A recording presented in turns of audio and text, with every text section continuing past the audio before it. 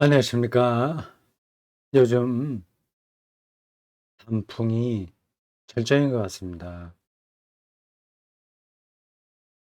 바깥으로 나가서 어디를 향해도 단풍이 들어옵니다. 눈에 들어옵니다.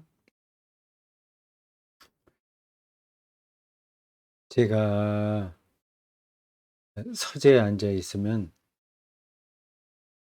벽이거든요. 정면은 저쪽. 뒤쪽이 또 벽이고요. 저 오른쪽은 방문이고 왼쪽은 창문입니다. 이 창문이 동창입니다. 이 창문을 통해서 보면 앞산이 있습니다.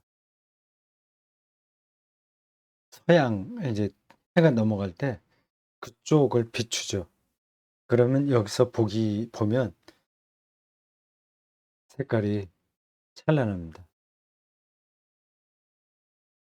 각 계절마다 그 색깔들이 다 아름답지만 이 단풍 시절에는 유독 마음을 끕니다. 요 화제에 제가 앉아 있는 시간이 좋죠. 그래서 뭐 멍 때린다고 할까요? 그런 얘기 있죠. 그냥 멍하니 그쪽을 바라보고 있기도 합니다.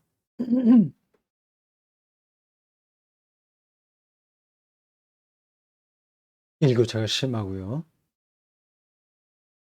그래도 낮에는 굉장히 햇살이 따사롭습니다. 이럴 때는 산책을 자주 나가야 되는데 제가 요즘 잘 못 나갔습니다. 그렇게 된 이유가 여러 가지가 있는데 한 가지만 말씀드리면 우리 동네 공사 차량들이 많이 다녔어요, 그 사이에. 우리 마을을 통해서 저 쭉 들어가게 되면 영천에서 신경주까지 기차길을 놓는데 터널을 뚫거든요. 근데 그 터널 흙을 파내서 우리 마을을 통해서 가지고 나갔습니다. 그 공사용 차량들이 수년 동안 다니는 바람에 제가 산책을 많이 못 나갔습니다. 이제는 지난 그래서 올해 초쯤에서 거의 차량 통행은 아주 뜸해졌습니다. 거의 이제 끝나갑니다. 그래서 그 길을 지금 포장하려고 작은 다리, 대구를 지나가는 작은 다리 그런 공사하는 것 같습니다. 그게 만약 깨끗하게 정리되면 그러면 그 좀 산책을 더 나갈 생각입니다. 이왕 말이 나와서 한마디만 보충합니다. 금년 안으로 제가 여기 제 집에서 출발해서 저 우리 동네 산을 넘어 영천 쪽으로 나가서 임고 서원까지 걸어서 가볼 생각입니다. 네, 둘레길이죠, 말하자면. 우리 마을이 이 이제 막다른 곳이에요. 더 이상 마을은 없습니다. 그래서 '여기가 꽉 막혔다.' 이런 생각을 했는데 우리 집 주소 치고 임고 서원 치고 다음 그 지도에서 그래서 길 찾기 이렇게 하니까 그 제가 몰랐던 숲길이 나오더라고요.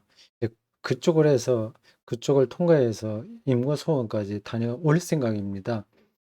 근데 금년 안에는 제가 다녀오는 왕복은 자신이 없어요. 7 시간 걸립니다. 그럼 뭐 제 걸음으로 좀 천천히 가야 되니까 9 시간 정도 걸리지 않겠습니까? 왕복은 자신이 없고 일단 편도로만 오래 하고 내년 봄까지 왕복을 한번 해 볼까 합니다. 지금 겨울철이 접어들어서 이 해도 빨리 지고 해서 갔다 오는 거는 힘들 것 같습니다. 그래서 가능하면 11월 안에 뭐 가는 거를 시도해 볼까 합니다. 그래서 쪼끔씩 더 걷는 걸 연습해야죠. 기대가 됩니다. 12강 목사 공부 목사 구원입니다. 제목이 구원과 솔라 피데입니다.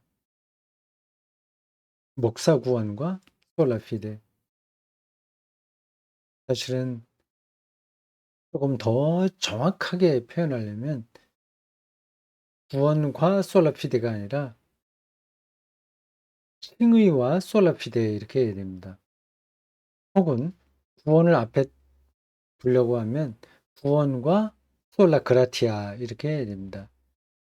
마틴 루터 종교개혁 3대 슬로건이 이 3대 슬로건에 여기 관련된 거거든요.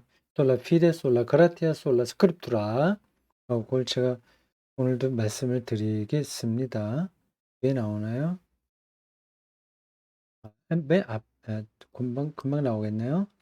네, 구원 문제는 그라티아와 연관됩니다.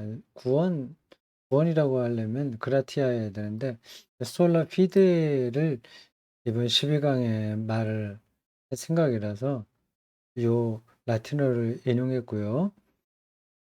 그럼 여기에 구원이 아니라 칭의라고 해야 되는데 justification이요. 근데 구원이라는 단어를 달았습니다. 이 책 각 단락이 다 구원을 앞에 두기 때문에 그걸 그냥 따른 거예요. 구원과 뭐 이렇게 됐죠. 근데 뭐 구원과 칭의가 이렇게 서로 교차해서 사용해도 틀리지 않습니다. 그 개념들이 비슷한 겁니다. 구원받는다고 하는 것은 그 하나님으로부터 의롭다고 인정받는 거예요. 그러니까 칭의와 구원은 같은 개념입니다. 그러니까 우리가 뭐 건강 훈련 잘하고 또 의학의 도움을 받아서 뭐 200년, 300년 이렇게 사는 걸 구원이라고 하진 않죠. 그리고 마음 단련을 해서 상당히 높은 그 인격이나 심리 상태를 유지하는 거를 구원이라고 얘기하지 않습니다. 그런 방식으로 뭐 동양에서는 그렇게 해서 평정심을 유지하는 어떤 단계를 말할 수 있지만 기독교에서는 그렇게 말하지 않습니다. 그 방식으로는 인간은 구원이 불가능하다고 생각합니다. 그 앞에 이제 이미 인간이 죄인이라고 하는 사실이 전제되기 때문에 죄인이 뭐 아무리 뭐 대단한 일을 한다고 해서 구원을 이룰 수 있겠습니까? 저는 이 두 가지 관점, 하나는 동양적인 관점과 그 기독교적인 관점, 이게 서로 다르긴 하는데 그래 배척한다고 생각하지도 않아요. 음, 그건 그렇고 구원과 솔라 피데입니다. 그 칭의와 구원이 같다하고 전제하고 말씀드리려고 합니다.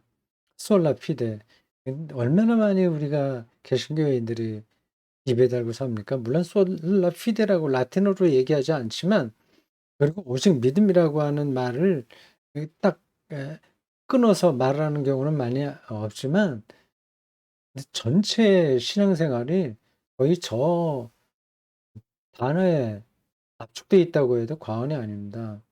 늘 입만 열었다면 믿음이 부족해서 그래. 믿음을 달라고 기도해야지. 뭐 그렇게 말하지 않습니까? 믿음에 매달리긴 해요. 여러분들이 다 알다시피 근데 믿음을 강조하긴 하는데 정말 그게 마틴 루터가 얘기하는 솔라 피데 개념에 있느냐, 근거하고 있느냐 하면 그렇지 않습니다. 그 솔라 피데 오직 믿음이라는 뜻입니다. 그것마저 율법이 되어 버렸어요. 저 집사는 믿음이 참 좋아 하는 거 말을 하면 참 교회 생활 열심히 하지. 헌금도 많이 하고 기도 많이 하더라고. 뭐 그런 거 아니겠습니까? 그런 기도하고 헌금하는 거는 다 율법인 겁니다. 이게 무의미하다는 게 아니라 그 성격 자체가 그런 겁니다. 믿음은 그런 우리가 하는 행위하고는 완전히 거리가 먼 거죠. 오히려 그런 행위를 무한시키는 단계에 들어가는 게 믿음입니다. 믿음만 있으면 되냐, 뭐 우리의 행위는 필요 없냐, 뭐 그런 논의를 시작하려면 또 끝이 없어요. 그냥 도둑겠습니다.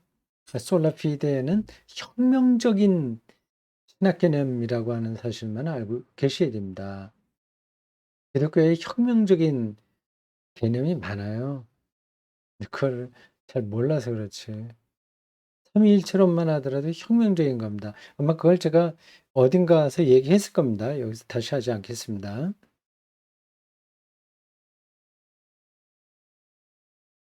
솔라피데의 목회를 하자 그 얘기입니다.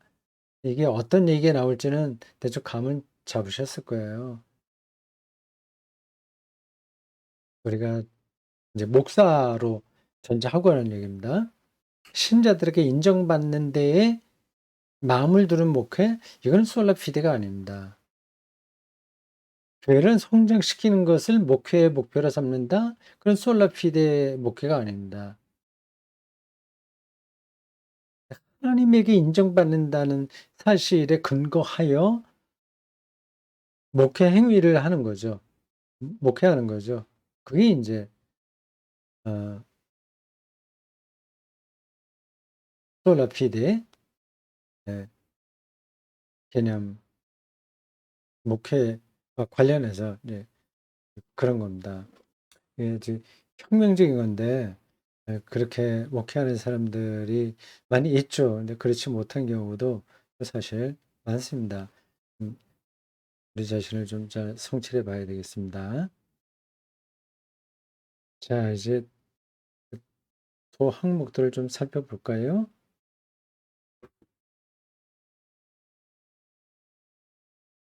첫 번째 항목입니다. 목사의 은사.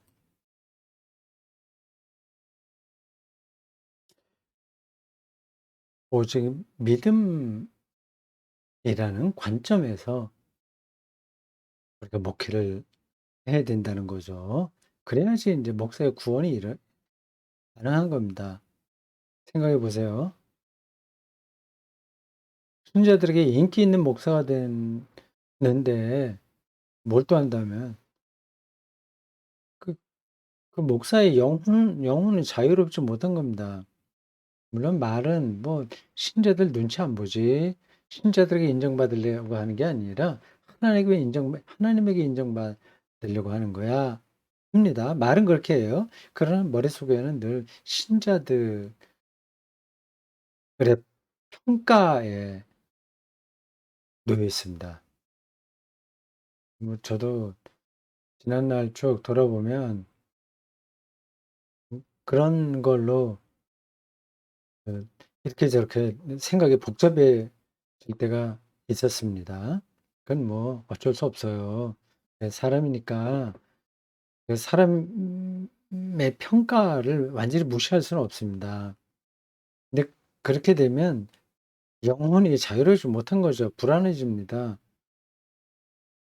그리고 그거를 인제 극복하려고 이 정신없이 뛴다거나 뭔가 인정받으려고 혹은 위선에 떨어지죠. 위선.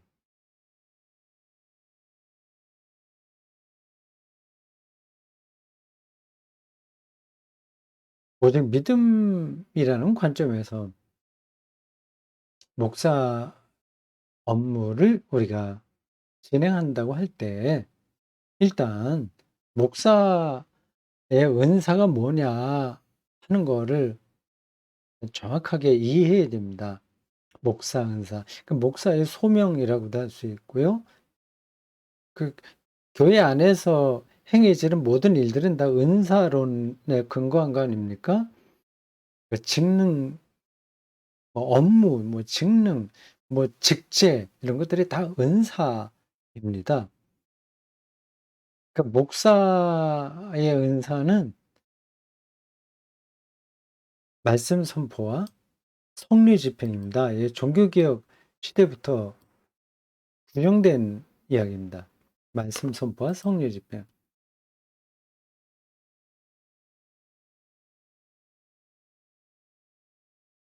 이 은사를 우리가 은사답게 받아들이고 실행하려면 여기에 집중해야 되는 거죠. 다른 게 없습니다. 그리고 은사가 더 풍요로워지기 위해서 애를 써야 됩니다. 정말 그래야 됩니다. 다른 것들은 그렇게 중요하지 않아요. 물론 교회 안에서 목사의 일이 맞는 박사가 할 만한 일들로 비칠 때가 있습니다. 이것도 하고 저것도 하고 많이 그래요. 좀 옆으로 지나가는 얘기입니다만은 교회도 그 불교의 제도를 좀 따르는 게 어떨까 하는 생각이 들어요. 근데 주지 스님이 있고 2판, 4판이라고 하든가. 하여튼 그런 업무를 보는 승려가 있고 불교의 진리 도를 닦는 승려가 있거든요. 그러니까 말씀 선포와 성리 집행이라고 하는 거는 목회 다른 일들하고는 구분이 되는 겁니다. 그 목회도 잘하고 그러니까 신자들을 잘 영적으로 돌보고 뭐 신방을 비롯하여 상담, 뭐 교회 조직 이런 것들을 여러 가지 그 조직을 잘하는 목사들 있지 않습니까? 근데 그런 은사와 말씀 선포 은사는 분명히 다른 겁니다. 근데 개신교에서는 모든 걸 다 그 목사가 해야 돼요. 신방도 잘해야 되고 교회 조직도 잘해야 되고 사람들 리들에 대한 리더십도 있어야 되고 여러 가지에다가 말씀도 은혜롭게 전해야 되고 온갖 것들을 다 해야 됩니다. 이게 불가능한 거거든요. 아, 목사의 은사에 집중함으로써 우리 목사의 구원의 지평이 더 깊어졌으면 좋겠습니다.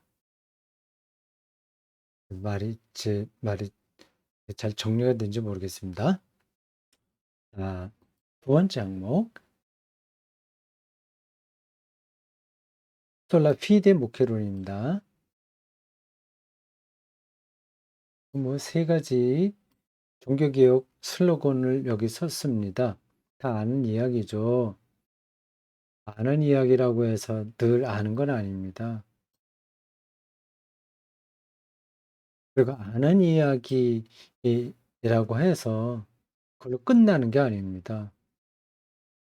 준비가 된 사람이라면 이 안으로 더 깊이 들어갈 수 있습니다. 솔라 히데모케론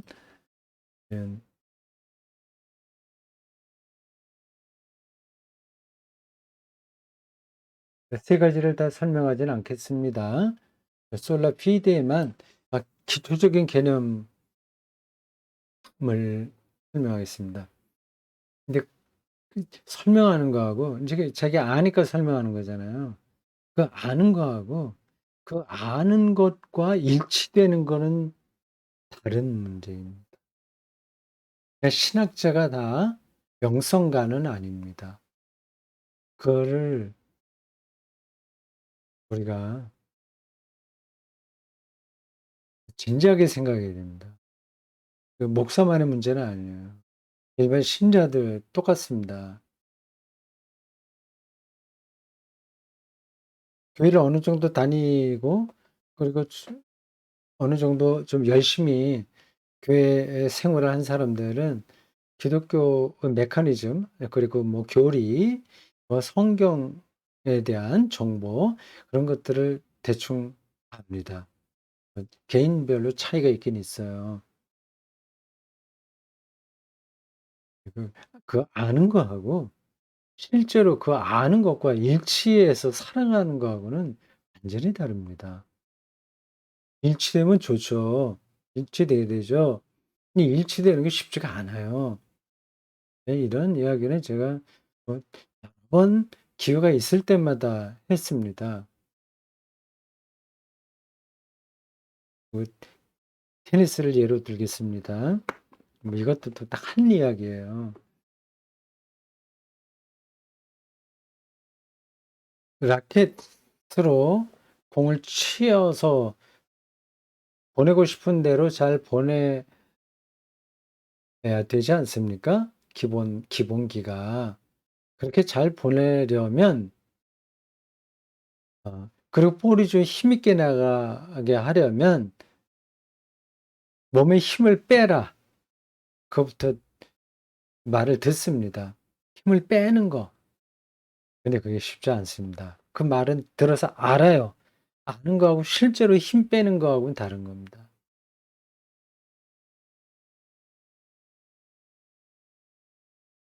테니스를 정확하게 치려면 볼을 정확하게 치려면 볼이 라켓에 맞는 순간까지 끝까지 볼을 봐라는 말도 계속 듣습니다. 그러나 그렇게 들어서 아는 거하고 실제로 볼을 끝까지 보는 거하고는 다른 문제입니다. 안 봐요, 볼을. 이상하죠? '어 보라고 했으면 보면 되지.' 이렇게 생각하겠지만 안 보입니다. 안 보이는 게 아니라 대충 보는 거예요. 대충. 그럼 인제 테니스가 늘지 않습니다.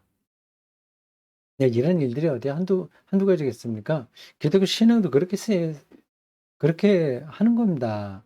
제가 지금 뭐 목사 구원이라는 강독을 하고 있는데 뭐 책 다 있으니까 여러분들 읽으면 다 뭐 대충 제가 하고 싶은 얘기는 전달되지 않습니까? 그것 말고도 다른 데서도 얼마든지 뭐 그런 도움은 받을 수 있습니다. 근데 그거하고 실제로 자기가 그 세계 안에 들어가는 거하고는 다른 거예요. 그래서 이런 강독이 도움이 되는 이유가 거기에 있습니다.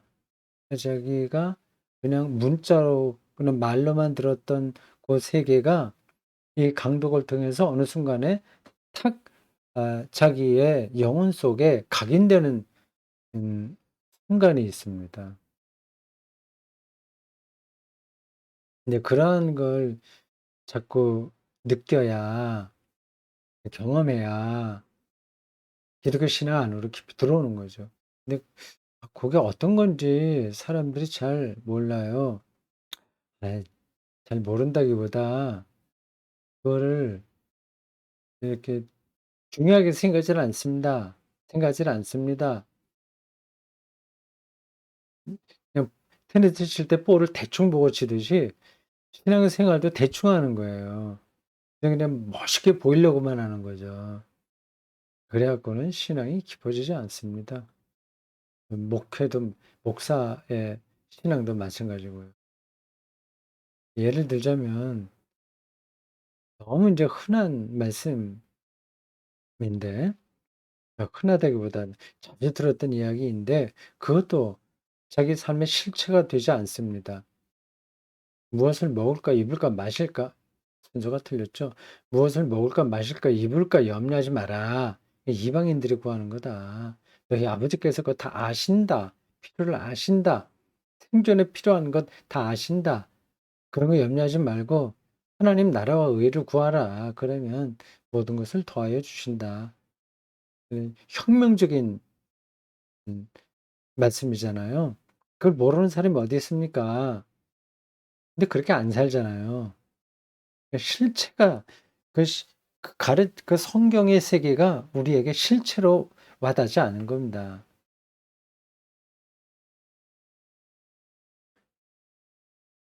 하나님과 돈을 재물을 겸하여 섬길 수 없다는 말씀도 있죠. 그 언저리에 있나요? 어디에 있나?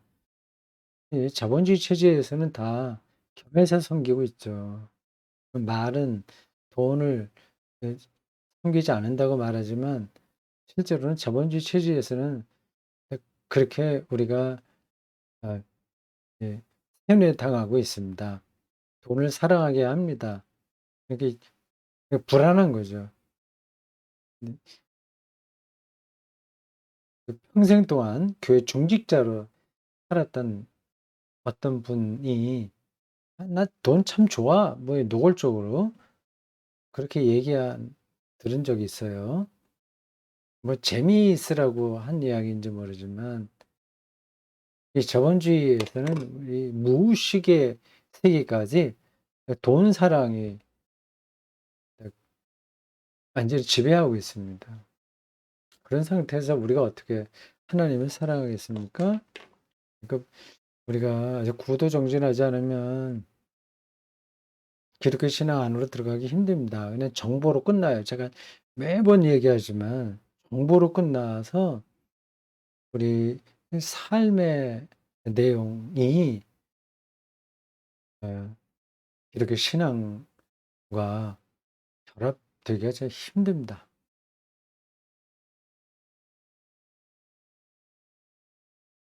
어 한편으로 생각하면 먹고 살기 힘드니까. 그리고 얼마나 이게 세상이 복잡합니까? 불안합니까? 거기에 인제 매달리다 보니까 기독교 신앙의 근본을 이렇게 짚고 들어갈 만한 용기가 시간도 없고 여력도 없고 좀 없는 것 같아요. 예 그런 시대를 우리가 살고 있습니다. 그러니까 솔라 피데 에 를 많이 들어요. 저기 믿음이 중요하다. 계속 믿음 이야기합니다. 이거 뭐 간단한 문제예요.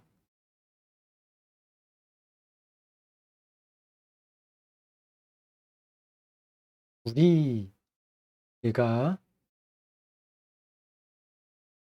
의롭다고 인정받는 데에 오직 믿음만 있으면 되냐? 아니면 우리 행위도 있어야 되냐 하는 겁니다. 그러면 당연히 그 두 개 다 필요하지. 이렇게 생각할 겁니다. 여기서 약간 긴장이 있어요. 어느 때는 어느 때는 믿음만 있어야지 가톨릭하고 인제 대별될 때 "그건 행위까지 같이 이야기하는 건 가톨릭 신앙이야." 이렇게 비판을 합니다. 그럴 때는 "오직 믿음만 있으면 돼. 믿음으로 구원받아." 이렇게 얘기를 해요. 그러면서 또 다른 경우에는 "아니 뭐 믿음만 갖고 되나? 봉사도 해야지." 뭐 그런 봉사라고 하는 건 다 행위니까 그렇게 얘기합니다. 뭐 그 두 개 다 어떤 범주에서는 의미가 있는 거예요. 그러니까 우리가 기독교 신앙에서 이제 약간 그 어 갈피를 잡기 어렵거나 뭐 길을 잃는 이유는 어떤 상황, 어떤 범주에서 그 이야기를 하느냐 하는 그런 것들을 잘 분간하지 못하기 때문에 그렇습니다. 자 적어 두고 솔라 피데라는 이 신학 개념만은 이거는 아무리 강조해도 부족하지 않습니다. 이게 여러 가지 점에서 그런데 목회라고 하는 차원에서만 제가 말씀드립니다. 이 교회를 부흥시켰냐 아니냐 하는 거하고 우리가 하나님에게 의롭다고 인정받는 거하고는 아무 상관이 없다는 뜻입니다. 그게 목회 차원에서 솔라 피데입니다.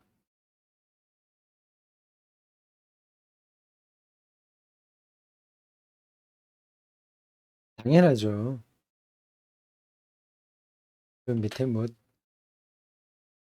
대형교회, 어, 중형교회, 소형교회 이렇게 말씀드렸는데 대형교회를 맡고 있는 목사나 중형교회를 맡고 있는 목사나 소형교회를 맡고 있는 목사나 하나님 앞에서 의롭다고 인정받는 게 중요하잖아요. 그거 말고 더 중요한 게 있을까요? 나중에 마지막 심판 때 내가 뭐 몇천 명 되는 교회 목회를 했습니다. 그거 이야기하겠어요? 아니잖아요. 목회 이야기를 한다면 자신이 얼마나 진실성 있게 자기의 카리스마에 목사 은사에 충실했냐 하는 것만 말할 수 있겠죠. 아주 소형교회 목사라고 하더라도 자기 목사의 은사에 충실한 사람이 있고 대형교회 목사라고 하더라도 그렇지 못한 목사들이 있습니다. 물론 반대도 있어요.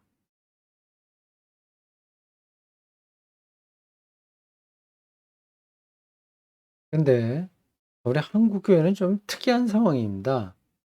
목사의 은사에 철저하기 때문에 뭐 대중적이지 않아서 교회가 작다면 그건 뭐 이해가 되는 거죠. 근데 한국 교회 상황에서 보면 이 소형 교회 목사들도 다 대형 교회를 지향하고 있습니다. 그걸 이루지 못해서 문제이지 자신이 솔라피데 목회론에 근거해서 목회를 하지는 않는 거예요. 이게 좀 안타까운 현실입니다.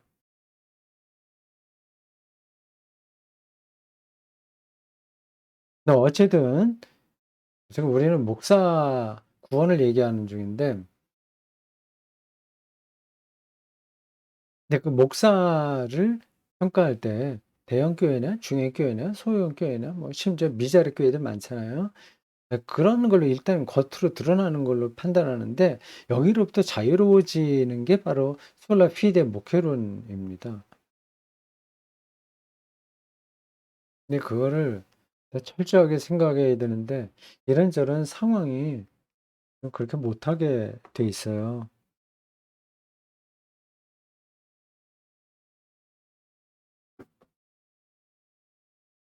뭐 그 상황이 어떤 건지는 뭐 제가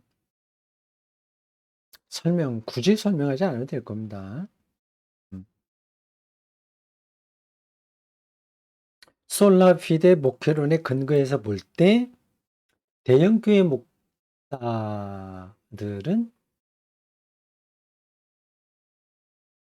더 어렵습니다. 위기예요.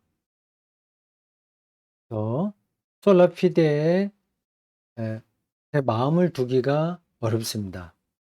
대중적인 대중적인 교회는 어쩔 수가 없는 거예요.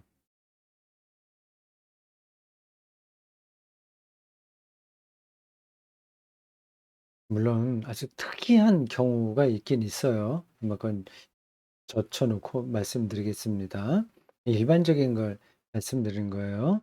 아주 영성이 깊고 신학적인 토대가 있으면서 솔라피데 목회론에 천착하는 목사의 교회가 부흥할 수도 있습니다. 그런 교회가 좀 눈에 뜨이기도 합니다. 근데 그건 드뭅니다. 대중적인 목회를 하려면 대중들의 마음을 맞춰줘야 되는 거죠. 근데 포퓰리즘입니다. 대중주의. 네, 그들은 대중들은 솔라피데에 만족하지 못합니다. 보세요.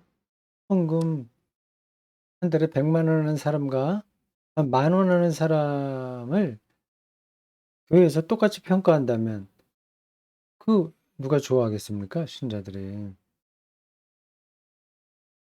뭐 장로가 되는데 솔라피데만 보나요? 다른 거 많이 보죠?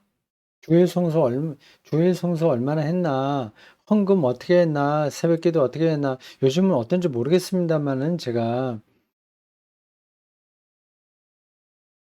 성결교회 목사로 있을 때에는 그런 기준으로 장로 후보생들을 추천했습니다. 이, 그, 그, 답안지, 어디, 장로 추천할 때 그 자격 요건이 있습니다. 점수를 매기는 거죠. 뭐 새벽기도회는 1년에 몇 번 나왔나. 정확하지 않더라도 대충 주일 성수는 52주 중에서 몇 번 했나. 11조 헌금은 어떻게 하나. 이런 거 다 채점을 내서 그쪽으로 위로 지방이나 노회 이런 데 올립니다. 그럼 어느 정도 점수 안에 들어와야 서류 심사에 합격하거든요. 대중들이 원하는 것들은 이제 인정 욕구입니다. 그거를 거슬려서 우리는 다른 거 하나도 안 봐. 믿음만 본다. 우리는 솔라 피데로 나갈 거야. 이런 목회를 한다면 대중들이 모일 수가 없죠. 모일 수도 있는데 일반적이지는 않죠.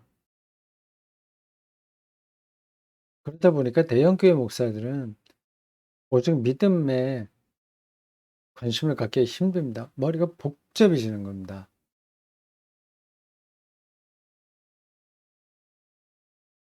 여러 가지 생각이 머리에 가득 차 있는 거죠.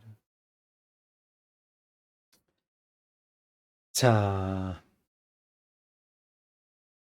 솔라피데 목회란 다른 말로 존재지향적 목회라고 할 수 있습니다.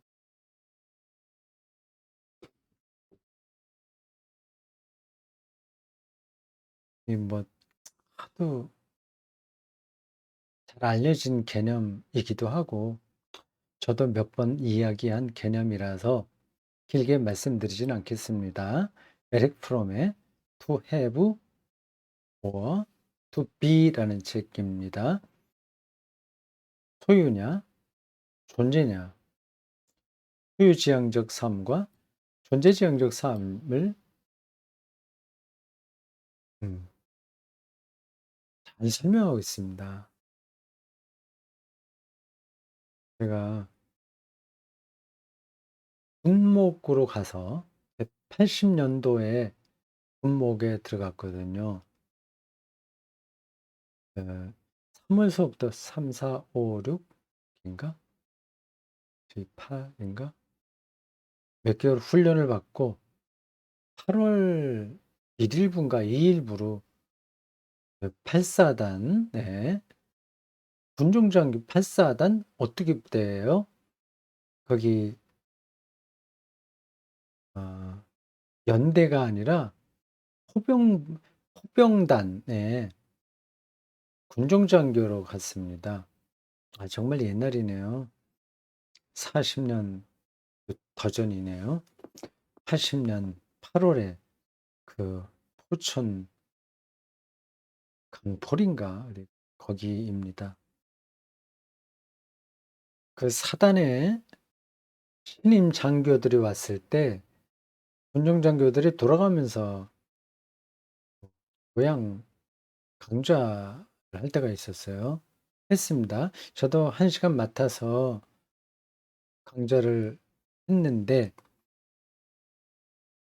새파란 젊은 목사 아직 30살도 되지 않은 목사니까 어, 얼마나 대단한 사상을 교양을 말할 수 있겠습니까? 그래서 책 얘기를 했어요. 저 에르프롬의 저 책이요.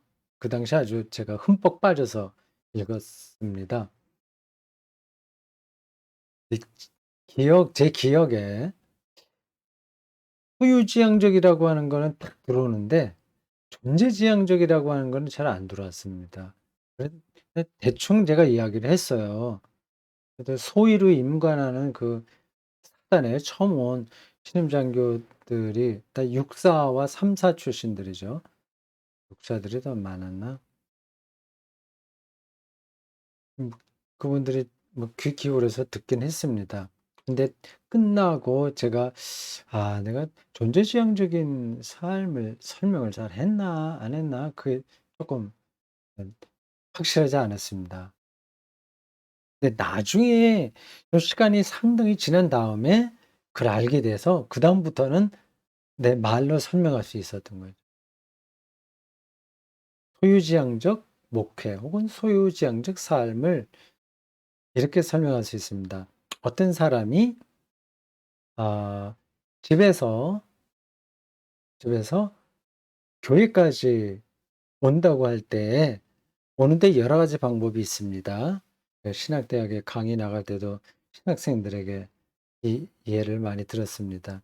어떤 사람이 신학교에서 어디 어디까지 가는데 뭐 여러 길이 있다 하면서 했던 거예요. 그 예를 들어서 설명했습니다.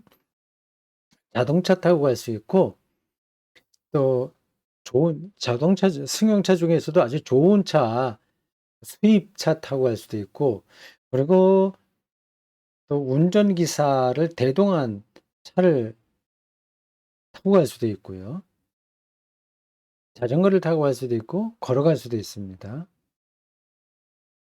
소유지향적 삶이라고 하는 건 내가 어떤 레벨의 방법을 통해서 가냐에 초점을 두는 거예요.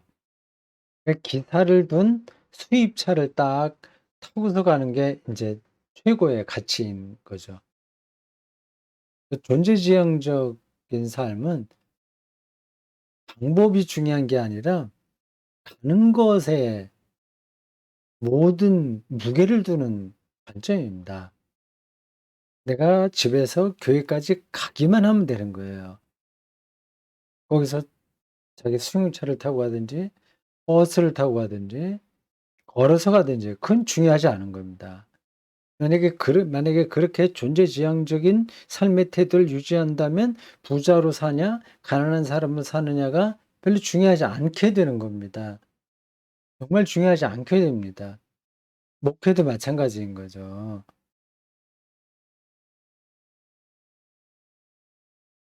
차를 타고 가지 않고 걸어서 가게 된다면 오히려 더 좋을 수 있는 거죠. 차를 타고 감으로써 얻지 못하는 삶의 경험들이 거기에 많이 있습니다. 뭐 그 꽃도 볼 수 있고 나비, 벌 뭐 그런 거 보면서 갈 수 있잖아요. 차를 타고 가면서는 그게 안 됩니다. 물론 차를 타고 가면 빨리 가서 좋죠. 가서 뭐 다른 일을 할 수도 있습니다. 그게 좋은 반면에 걸어가면 늦게 가지만 뭐 그게 다 지구 안에서 벌어지는 일들이니까 빨리 갔다고 그래서 뭐 대단히 이렇게 좋은 것도 아닙니다. 좀 빨리 가서 괜히 다른 사람들하고 수다 떨 교회 가서 수다 떨 수 있겠죠. 그런 게 낫겠어요? 아니면 천천히 걸어가면서 이 중력을 느끼고 그리고 공기도 이 신선한 거 느끼면서 가는 게 좋겠습니까? 그 다 지구 안에서 벌어지는 일들이거든요.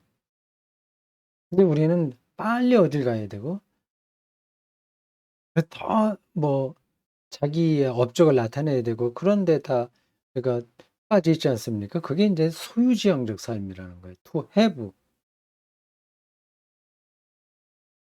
자기가 어디서나 어떤 방식으로나 존재하고 있다고 하는 사실에 천착하는 삶의 태도 이게 존재지향적인 겁니다. to be예요. 목회도 똑같습니다. 빨리 교회가 부흥해서 중형교회, 대형교회 가서 이름도 내자. 그런 게 머릿속에 있다면 빨리 벤츠 타고서 교회 가야지. 그게 내가 목표야. 그렇게 하는 거하고 다를 게 하나도 없습니다.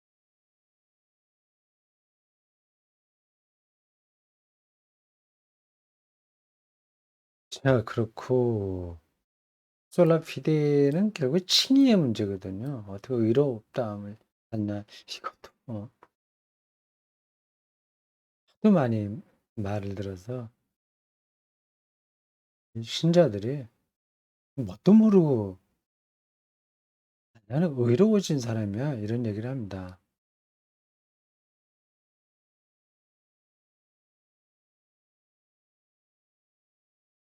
이런 점에서는 소위 말해서 부흥 강사들의 책임이 큽니다. 복음을 상품화한 거예요.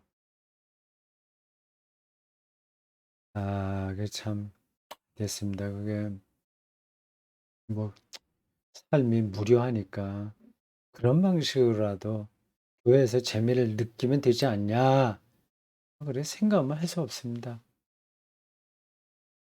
신이 하나님에게 의롭다고 인정받는다는 이 특별한 사건을 우리가 실질적으로 붙들어야 되거든요. 그러니까 목회 행위가 하나님으로부터 의롭다고 인정받는 사실 속으로 뛰어들어가야 되는 거죠. 그거를 문자로만이 아니라 현실성으로 경험해야 됩니다.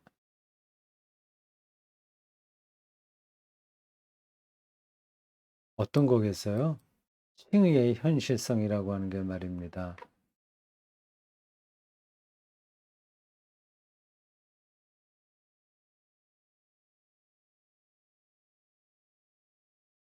그건 여러분들이 더 생각하시면 되겠습니다. 이것도 뭐 한두 마디로 끝낼 수 있는 문제는 아닙니다.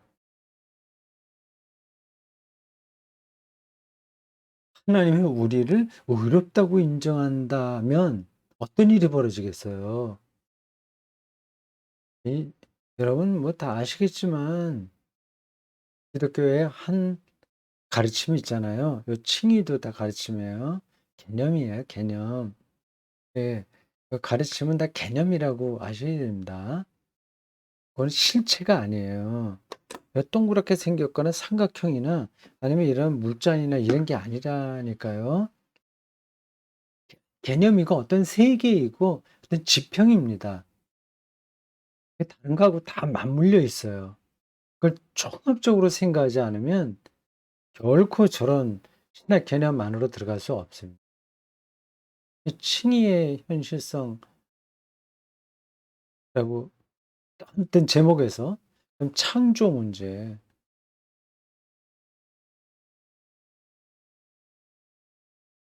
죽음의 문제, 종말의 문제 연관됩니다. 칭의의 현실성과 기독교 종말론의 관계에 대해서 A4 용지 5장으로 정리하십시오. 이런 논제로 시험을 볼 수 있어요. 그걸 쓸 수 있어야 됩니다. 그 종말론과 칭의의 현실성,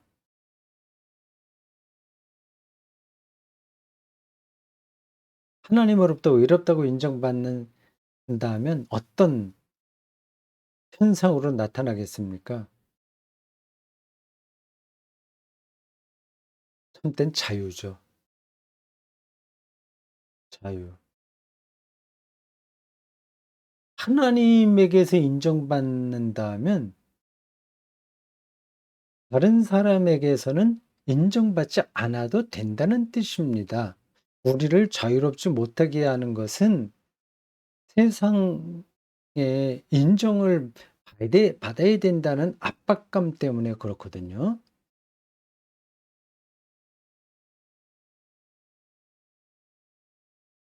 여기서 말하는 자유는 뭐 될 대로 되라, 뭐 모르겠다, 이래도 되고 저래도 되겠지. 난 책임 없어. 뭐 그런 막가파식 의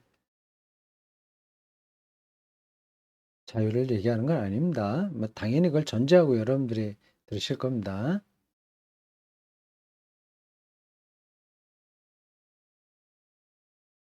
하나님의 생명 완성에 이미 내가 비밀한 방식으로 받아들여졌다는 사실을 아주 실질적으로 이해하는 겁니다.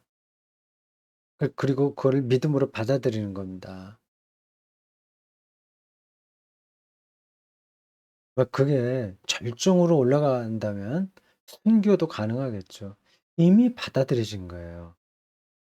이미 우리는 이미 죽은 거나 마찬가지예요. 죽어야 사실은 의로워집니다.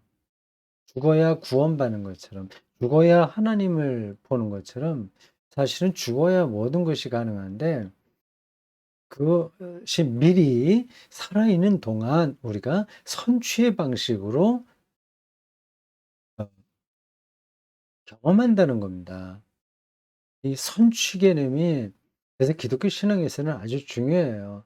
미리 당겨진다는 거거든요. 이제 그러한 사유가 없으면 기독교 신앙은 완전히 그 약장사가 통을 치면서 하는 약이 만병통치 약이 돼 버리고 맙니다. 그래도 화풍을 치더라도 재미있게 잘 치면 받는 사람들은 뭐 도움이 되긴 할 겁니다. 그건 뭐죠?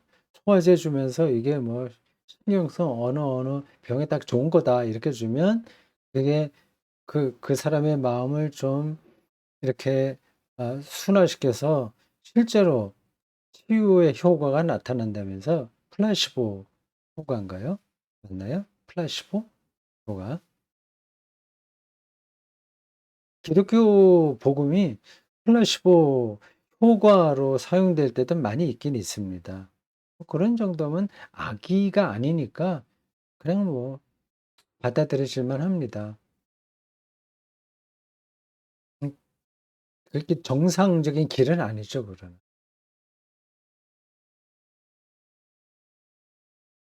자, 칭의 현실성 이걸 붙들어야 우리가 하나님의 의 안에서 자유를 얻을 수 있습니다.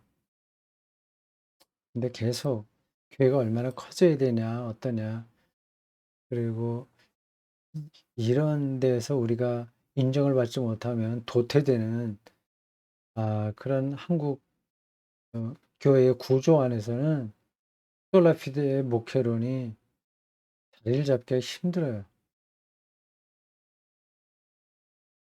솔라피드의 목회론 아니야. 인류 지금 넘어왔는데 위에 거로 다시 올라갔네요. 예, 밑에 얘기하다가 위로 가고 왔다 갔다 뭐 다 통하는 이야기이기 때문에 그렇습니다. 그 자유를 얘기했죠. 해방이에요. 업적 목회로부터 해방.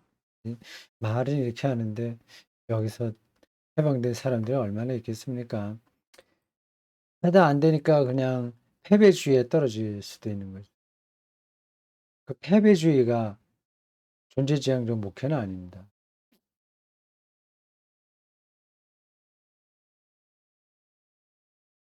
예, 그 책에 그 이 책에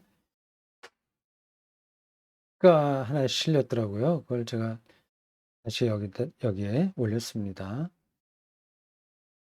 이게 솔라 피데 목회론을 따르는 목사들에게 있어야 될 그 영적 결기가 와 비슷하지 않냐 그런 뜻을 한 겁니다. 영적 결기. 이 겨울나무라는 시입니다. 차창용 시인이에요. 단순해지면 강해지는구나. 솔라피데가 단순한 거죠. 그건 한 군데에 집중하는 거예요. 꽃도 버리고 이파리도 버리고 열매도 버리고 밥도 먹지 않고 물도 마시지 않고 벌거숭이로 꽃눈과 잎눈을 꼭 다물면 바람이 날씬한 가지 사이를 그냥 지나는구나. 잎도 다 떨어버리고 이제는 더 이상 나는 소유가 없어. 눈이 이불이어서 남은 바람도 막아주는구나. 머리는 땅에 쳐박고 다리는 하늘로 쳐들고 그 앙상한 가지의 나무를 형상화하는 겁니다. 동상에 걸린 채로 햇살을 고드름으로 만드는 저 확고부동한 단순한 명상의 자세 앞에 겨울도 마침내 주눅이 들어 겨울도 마침내 희망이구나. 대단하죠. 겨울나무를 보고 저런 실상을 떠올립니다. 시인들 참 어, 대단한 사람들이에요. 저는 뭐 직접 경험은 간혹 하는데 그거를 언어로 형상화할 능력이 없습니다. 그건 타고나는 거이기도 해요. 그래서 훈련도 필요하긴 하겠죠. 그래서 시는 쓰지 못하지만 시를 읽기는 합니다. 최근에 창작가 비평 지난 가을호로 제가 몇 년 정기 구독하는 게 다 끝나니 앞으로 또 정기 구독 계약을 하자고 문자가 창비에서 왔기에 3년을 했습니다. 다시 이제 개간지예요. 창비. 창비 소개를 한번 하고 싶은데 그냥 가겠습니다.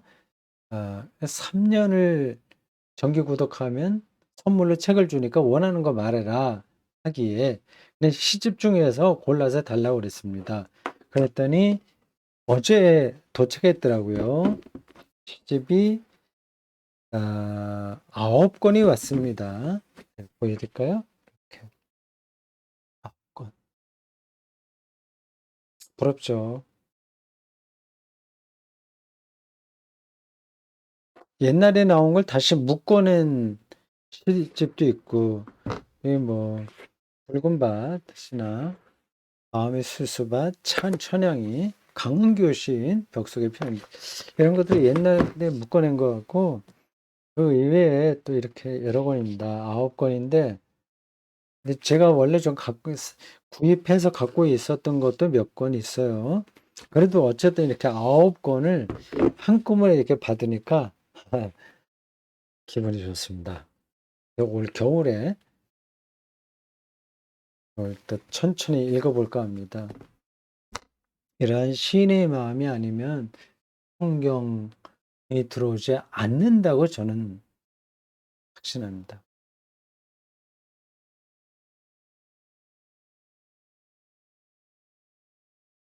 이 존재지향적 목회 이야기를 하다가 도대체 존재가 뭐냐 그런 것들을 설명하느라고 하이데거의 존재와 시간 제가 잠깐 설명했습니다.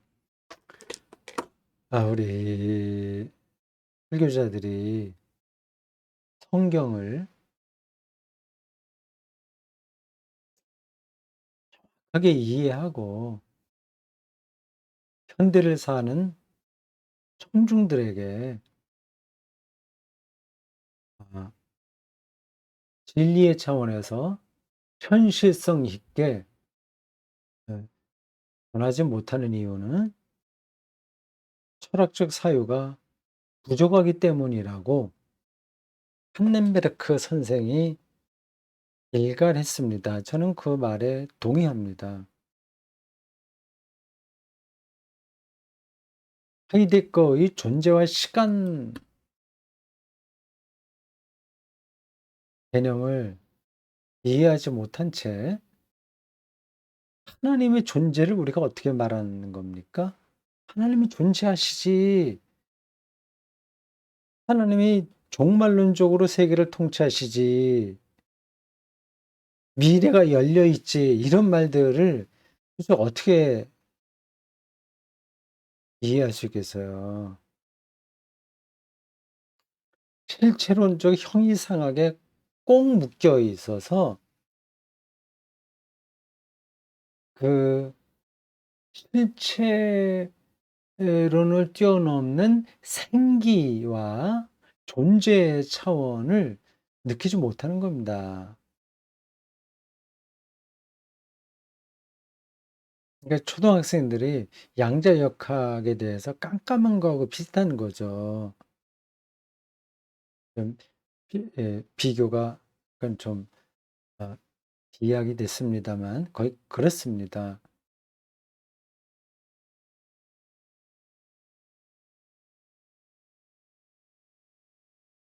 저도 하이데거의 이 책을 대충 읽어봤고 그 책에 대한 또 설명서 그거는 좀 꼼꼼하게 읽어봤어요. 그래서 어떤 이야기인가 대충 알기는 아는데 그걸 또 내 말로 풀어서 설명하라고 그러면은 자신은 없습니다.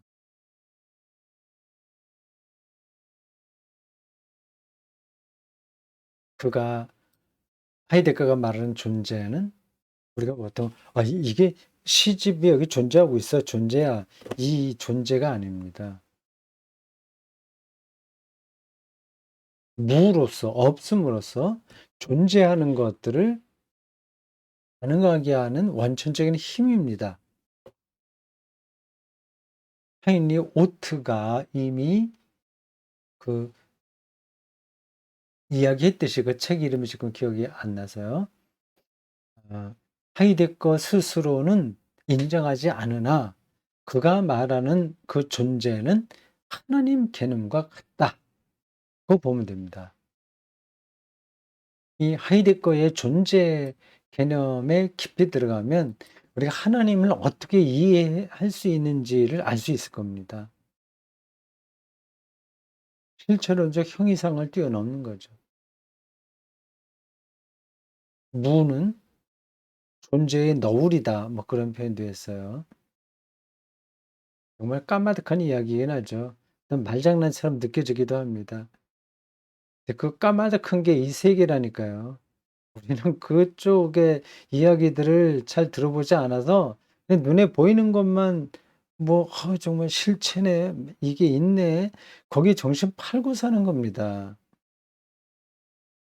이게 지금 우리가 실체로 경험하는 것들이 아무 의미 없다고 하는 게 아니라 더 근원적인 힘들이 여기에 작용하고 있다고 하는 겁니다.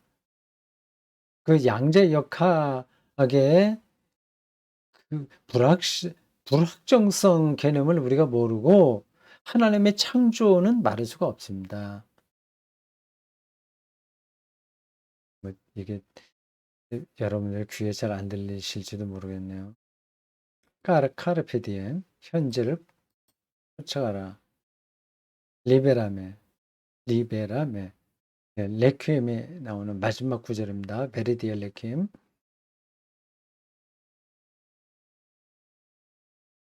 이런 것들이 다 연결됩니다. 제가 보기엔 그렇습니다. 자, 마지막 항목입니다. 월터 브루크만의 책을 제가 소개했군요. 텍스트가 설교하게 하라. 결국은 텍스트와의 씨름입니다. 이게 존재지향적 솔라피데 목회로부터 시작한 건데 솔라피데면 네, 우리의 은사에 천착하는 즉 거기에 천착하는 목회란 말이에요. 그건 이제 존재지향적 목회예요. 소유지향적인 게 아니라 목회 행위 자체에 우리가 구원론적 의미를 두는 거지 그 결과에 얼마나 큰 성과를 냈냐에는 관심을 거두는 겁니다. 그러면 이제 존재가 뭐냐 하는 것도 알아야 되겠죠. 결국은 우리의 설교 행위 이거 은사예요. 존재지향적 설교로 가야 된다.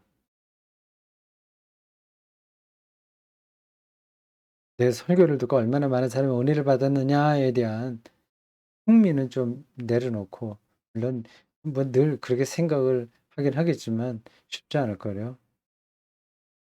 이게 존재지향적 설교를 하려면 텍스트의 세계로 들어가는 게 최선입니다. 텍스트의 깊이, 텍스트 자체가 설교하게 하라. 지금은 많은 대중적 목회자, 설교자들은 더 그런데 텍스트의 깊이는 쳐다보지 않습니다. 청중들이 거기에 관심도 없어요. 그냥 청중들이 뭘 원하느냐에만 딱 그 초점을 맞추는 겁니다. 그들이 원하는 거를 이제 성경에서 끌어서 주는 거죠. 이건 거꾸로 되는 겁니다. 청중들을 텍스트 안으로 끌고 들어가야 되는데 성서를 도구화해서 그 대중들이 원하는 밥과 반찬을 만들려고 애를 쓰는 거죠. 안 되면 되게 하라. 뭐 이 시대의 이데올로기들, 천박한 이데올로기에 맞추려고 하고요. 그건 좋은 설교자들도 그런 생각을 하는 사람들이 제법 있습니다. 뭐 그래도 성실하게 하면 괜찮죠. 근데 존재지향적 설교로 들어가려면 텍스트의 깊이, 아득한 깊이, 내 성서에는 더 고유한 세계가 있다고 하는 것을 우리가 빨리 눈치채야 됩니다. 겨우 인생살이 처세술을 찾고 부모에게 효도하는 인간 만들고 교양이 있고 시민의식 확실한 사람을 으로 가는 설교라고 한다면 그건 성서 텍스트로 들어간 게 아닙니다. 아이고 뭐 이렇게 복잡하냐. 좀 단순하게 믿고 좀 이렇게 마음 편하게 신앙생활 하도록 도우면 되지. 뭐 그러냐. 그런 말씀을 하실 수도 있습니다. 그건 여러분들 형편에 따라 사시길 바라고요. 저는 이제 구원 문제를 붙들어야 되니까 끝까지 밀고 나가는 겁니다. 여러분들이 너무 제 이야기에 고지식하게 '아 그럼 어떻게 하지?' 너무 당황스럽게 생각하지는 마시고 어 목회 현장이라고 하는 게 또 있으니까 감안해서 좀 도움이 되었으면 합니다. 수고했습니다. 마치겠습니다.